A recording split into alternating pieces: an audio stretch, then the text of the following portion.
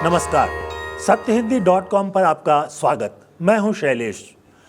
बिहार में चुनाव की एक सभा में प्रधानमंत्री नरेंद्र मोदी एक ऐसी बात कह गए जिसको लेकर तरह तरह की चर्चाएं शुरू हो गई हैं। प्रधानमंत्री ने एक वायरल गाने का उल्लेख किया जिसमें बताते हैं कि कहा गया है, मारब शिक्षक के सीने में 6 गोलियां। कुछ इस तरह का गाना है और उस गाने का उदाहरण देते हुए प्रधानमंत्री ने कहा कि ऐसी स्थिति चुनाव के बाद नहीं आए कि बिहार में फिर रंगदारी का ज़माना शुरू हो जाए और अपराध लौट कर आ जाए। ये बात तो बहुत महत्वपूर्ण है और शुरू से ही एनडीए ने अपने बिहार के चुनाव प्रचार का मुख्य मुद्दा ही जंगल राज को बना रखा है, यानी अपराध को बना रखा है। पूर्व मुख्यमंत्री लालू प्रसाद यादव के कार्यकाल को याद करके बार बार बताया जाता है कि उनके समय में जंगल राज था और ये कहा जाता है कि अगर आरजेडी और कांग्रेस या इंडिया गठबंधन की सरकार फिर से लौट आती है तो फिर से जंगल राज का आना तय है। ये बात अपने आप में बहुत महत्वपूर्ण है, बिहार के लोगों को प्रभावित करने वाली भी है।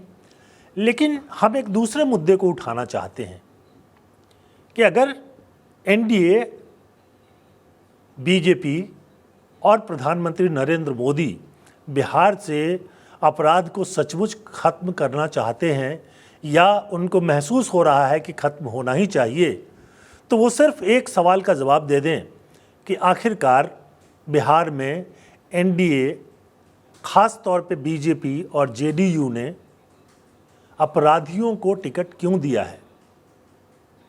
क्या इतनी बड़ी संख्या में अपराधी अगर विधानसभा में पहुंचेंगे तो आप ये समझते हैं कि अपराध रुक जाएगा? देखिए, अब बिहार में या पूरे देश में जो अपराध है आजकल, वो उसका एक नेक्सस बना हुआ है। उस नेक्सस में सबसे पहले आते हैं नेता और इस नेक्सस नेता के बाद आते हैं अधिकारी, पुलिस, और इसके बाद फिर सरकार भी आती है। कुछ जगहों पर उन्होंने कानून को भी अपनी मुट्ठी में करने की कोशिश की है। इसके बिना अपराध चल नहीं सकता।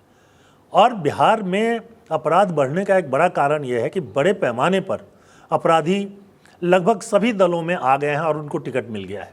लेकिन मेरा कहना ये है, मैं ये सवाल उठाना चाहता हूँ कि अगर प्रधानमंत्री सचमुच इस मामले को लेकर संवेदनशील हैं तो फिर बीजेपी ने अपराधियों को टिकट क्यों दिया और उसके साथ साथ जेडीयू ने क्यों दिया?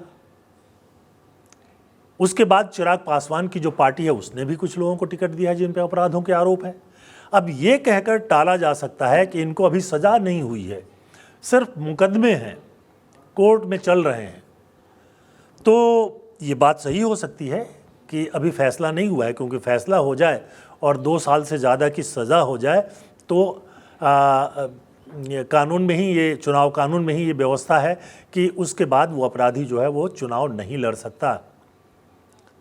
तो सारा खेल तो इसी पर चलता है। अपराधी पहले अपराध करते रहते हैं, फिर वो धीरे से किसी पार्टी का टिकट ले लेते हैं, विधानसभा में पहुंच जाते हैं और मामलों को, मुकदमों को लंबे समय के लिए अटका देते हैं। ऐसे ऐसे लोग हैं जिन पर 50-50 मुकदमे चल रहे हैं। डकैती के मुकदमे हैं, महिलाओं के खिलाफ जो अपराध होते हैं उनके मुकदमे हैं, हत्या के मुकदमे हैं, लेकिन फैसला उनमें नहीं आता। अब फैसले को तुरंत कराना अगर संभव नहीं है तो कम से कम जो पार्टियां इस मुद्दे को उठा रही हैं उनको टिकट तो नहीं देना चाहिए था। हम एक ग्राफिक्स के जरिए आपको ये समझाना चाहते हैं कि कितने बड़े अपराधियों को इस बार टिकट मिला है। तो हम मुख्य रूप से बीजेपी और जेडीयू और एलजेपी आर के ने कितने अपराधियों को दिया है उसका आंकड़ा आपके सामने रखेंगे, लेकिन बाकी पार्टियों ने भी जो जिन अपराधियों को टिकट दिया है उसको भी हमने यहाँ साथ रखा है। लेकिन मुद्दा ये एनडीए का है, तो पहल भी एनडीए को करनी चाहिए थी। क्या वो पहल हुआ है? जरा देखिए ये ग्राफिक्स, ये सामने है आपके। कुल 243 सीटें हैं। दूसरे चरण में 122 सीटों पर मतदान होने वाला है। 11 नवंबर को मतदान होगा और इसमें 1302 उम्मीदवार हैं। इन उम्मीदवारों में से 1297 का विश्लेषण किया एसोसिएशन फॉर डेमोक्रेटिक रिफॉर्म्स, जिसे एडीआर भी कहते हैं। एडीआर ने इनका विश्लेषण किया, और विश्लेषण किस आधार पर किया? इन लोगों ने चुनाव के लिए जो हलफनामा दिया है उसमें जो अपने अपराधों का जिक्र किया है उसके आधार पर किया, और उसके आधार पर जो विश्लेषण निकला है, जिसमें घोषित अपराधी मामले वाले उम्मीदवार 415 हैं, 32%। यानी ये जो उम्मीदवार खड़े हुए हैं उनमें से 32% के खिलाफ किसी न किसी अपराध का मामला है, और इसमें से गंभीर अपराध वाले मामलों वाले जो उम्मीदवार हैं वो हैं 341। ये बनता है 26%। तो आप सोचिए कि 26% लोग अगर अपराधी छवि नहीं, मतलब जिन पर अपराधों के मुकदमे चल रहे हैं, वो अगर विधानसभा में आएंगे तो क्या उस विधानसभा से आप उम्मीद कर सकते हैं कि ये जो है अपराध को ख़त्म कर देगा? एक बात और बताऊं कि ये जो 26% हैं ये सेकेंड फेज़ में है। पहले फेज़ में अलग थे, हमने उसके बारे में बताया था आपको। अब देखिए कि किस पार्टी से कितने हैं।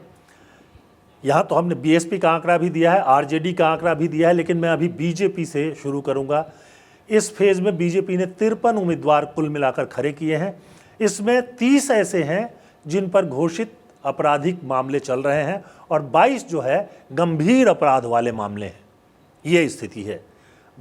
30 पर जो है वो अपराध के मामले हैं, लेकिन उनमें से 22 पर जो है गंभीर अपराध के मामले हैं।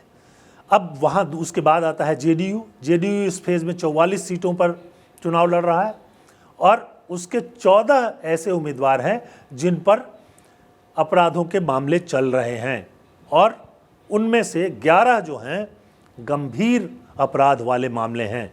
मैंने बता दिया था कि गंभीर अपराध का मतलब होता है हत्या, लूट, बलात्कार, इस तरह की चीज़ें।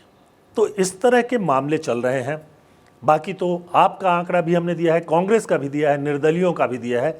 बड़ी संख्या में निर्दलीय जो हैं वो खड़े हुए हैं। 963 निर्दलीय में से 279 के खिलाफ जो है वो अपराध के मामले हैं, और उनमें से 237 जो है वो उनके खिलाफ गंभीर अपराध के मामले हैं। ये आंकड़े हम आपके सामने इसलिए रख रहे हैं कि आप ज़रा इस बात को ध्यान दीजिए कि कितनी बड़ी संख्या में अपराधी चुनाव लड़ते हैं। अब ये देखिए कि 1302 कुल उम्मीदवार हैं, उसमें 963 अपराधी निर्दलीय चुनाव लड़ रहे हैं, और उसके बाद अगर आप जोड़ लें तो करीब करीब 100 अपराधी और हैं जो किसी न किसी पार्टी के टिकट पे लड़ रहे हैं। अब ये लोग अगर विधानसभा में आएंगे तो क्या आप उम्मीद करते हैं कि ये जो हैं वो एक भयमुक्त समाज की स्थापना कर देंगे? ये संभव दिखाई नहीं देता, और बिहार में आज भी जो अपराध है उसके लिए ये सारी चीज़ें जो हैं वो जिम्मेदार है। बहुत सारे लोग हैं, मैं ज़्यादा अनंत नाम नहीं लेना चाहता हूँ। इसमें अनंत सिंह हैं जो मोहनिया क्षेत्र से खड़े हैं, उपेंद्र कुमार पांडे, पप्पू पांडे ये कुचाई कोट क्षेत्र से खड़े हैं, दोनों जेडीयू के उम्मीदवार हैं। वीरेंद्र सिंह बीजेपी के वजीरगंज से उम्मीदवार हैं। सिद्धार्थ सौरभ जो हैं बीजेपी के उम्मीदवार हैं, और भी है, मतलब आरजेडी भी पीछे नहीं है, कांग्रेस भी नहीं है। लेकिन मैं ये सिर्फ पॉइंट आउट करना चाहता हूँ कि प्रधानमंत्री अगर बिहार में अपराध की बात करते हैं, कट्टे की बात करते हैं, गोली चलने की बात करते हैं, तो फिर उनको ये पहल भी करनी चाहिए थी। चलिए, ये तो अपराधियों का मामला हुआ। अब मैं आपको ये भी दिखा देता हूँ कि ये अपराधी जो वहाँ के उम्मीदवार हैं उनके पास संपत्ति कितनी है। तो ये 1302 उम्मीदवारों का फिर से जो विश्लेषण किया है एडीआर ने। अब इसमें जो है जो करोड़पति उम्मीदवारों की संख्या है वो 562 है। 562 ऐसे हैं जो करोड़पति हैं। और इनमें जो बीजेपी ने 53 में से 44 करोड़पतियों को टिकट दिया है। जेडीयू ने 44 में से 40 करोड़पतियों को टिकट दिया है। कांग्रेस ने भी दिया है, आरजेडी ने भी दिया है। सबसे बड़ी संख्या इस बार फिर जो है निर्दलियों की है। तो आप देखिए कि अपराध और करोड़पति ये संख्या दोनों आसपास क्यों है? क्योंकि अपराध करके वो पैसे कमाते हैं और फिर चुनाव लड़ते हैं। चुनाव लड़के वो एक तरह से अपनी हिफाजत के लिए एक ढाल तैयार करने की कोशिश करते हैं। ये है बिहार की सबसे बड़ी समस्या और दुर्भाग्य यह है कि कोई भी बड़ी पार्टी इसके लिए पहल नहीं कर रही है। और एनडीए खास तौर पे प्रधानमंत्री नरेंद्र मोदी और गृह मंत्री अमित शाह जो बार बार इसका जिक्र करते हैं, वो क्यों नहीं कर रहे हैं, ये एक सोचने वाली बात है। एक और आंकड़ा है आपके पास जो है कि शिक्षा की स्थिति उनकी क्या है, वो आप देखिए। फिर से जो 1302 उम्मीदवारों में से 1167 का विश्लेषण किया है एडीआर ने। अब आयु वर्ग के हिसाब से देखें तो 125 से 30 वर्ष की आयु के सिर्फ जो हैं 130 उम्मीदवार हैं। 31 से 40 वर्ष के 315 हैं। 41 से 50 वर्ष के 394 हैं। 51 वर्ष और 60 वर्ष के बीच 286 हैं और 61 से 70 वाले 132 हैं। यानी ये पुरानी पीढ़ी जो है धीरे धीरे कम होती जा रही है। आप यहाँ देखेंगे तो 81 से 90 वर्ष वाले सिर्फ 2 उम्मीदवार रह गए हैं। लेकिन उनकी शिक्षा की स्थिति देखिए, निरक्षर भी हैं 9, साक्षर जो हैं वो 117। साक्षर मतलब एक दस्तखत वगैरह कर लेते होंगे, इससे ज़्यादा नहीं। 5वीं पास 17 हैं, 8वीं पास 67 हैं, 10वीं पास 154 हैं, 12वीं पास 290 हैं, ग्रेजुएट 295 हैं और पोस्ट ग्रेजुएट 180 हैं, डॉक्टरेट वाले 36 हैं, डिप्लोमा वाले 15 हैं। तो आप देखिए कि उम्मीदवार शिक्षित नहीं है लेकिन करोड़पति है। पैसा कमाया है तो कहाँ से कमाया है? अपराधों के आरोप हैं उनके ऊपर। और जब अपराधों के आरोप हैं तो जाहिर सी बात है कि वो विधानसभा में पहुंचकर अपराध रोकने का काम नहीं करेंगे, बल्कि विधानसभा को ढाल की तरह इस्तेमाल करेंगे। सोचिएगा, सोच करके वोट डालिए और ये ज़रूर सोचिएगा, जो सेकंड फेज़ के मतदाता हैं वो ये ज़रूर ध्यान करें कि क्या अपराधी छवि वाले उम्मीदवारों को विधानसभा में जाना चाहिए? क्या उनको विधानसभा से बाहर रखे बिना कानून व्यवस्था को सही ढंग से लागू किया जा सकता है? कोई भी पुलिस क्या कर लेगी अगर विधायक जी अपराधी हैं और उनके साथ साथ उनकी सुरक्षा के लिए पुलिस को चलना पड़ता है? तो हमारे जो बड़े नेता हैं वो बड़ी बड़ी बातें करते हैं लेकिन ज़मीन पर कोई ठोस काम नहीं कर पाते। उसका एक बड़ा कारण यही है कि अपराध का विरोध तो करते हैं लेकिन अपराधी अगर अपनी पार्टी में आ जाए, उनकी पार्टी में चला जाए तो कोई एतराज़ नहीं है। आज के प्रोग्राम में बस इतना ही, लेकिन चलते चलते ध्यान दिला दूं कि हमारा सत्य हिंदी का एक ऐप है, उसे आप डाउनलोड करें, आपको प्रोग्राम देखने में सुविधा होगी। साथ साथ प्रोग्राम को लाइक कीजिए, अपना कमेंट दीजिए, बेल आइकॉन जो है उसको दबा दीजिए ताकि आपको प्रोग्राम की सूचना तुरंत मिल सके। अगले प्रोग्राम में फिर एक नए विषय के साथ हाजिर होंगे। तब तक के लिए बहुत बहुत धन्यवाद। नमस्कार।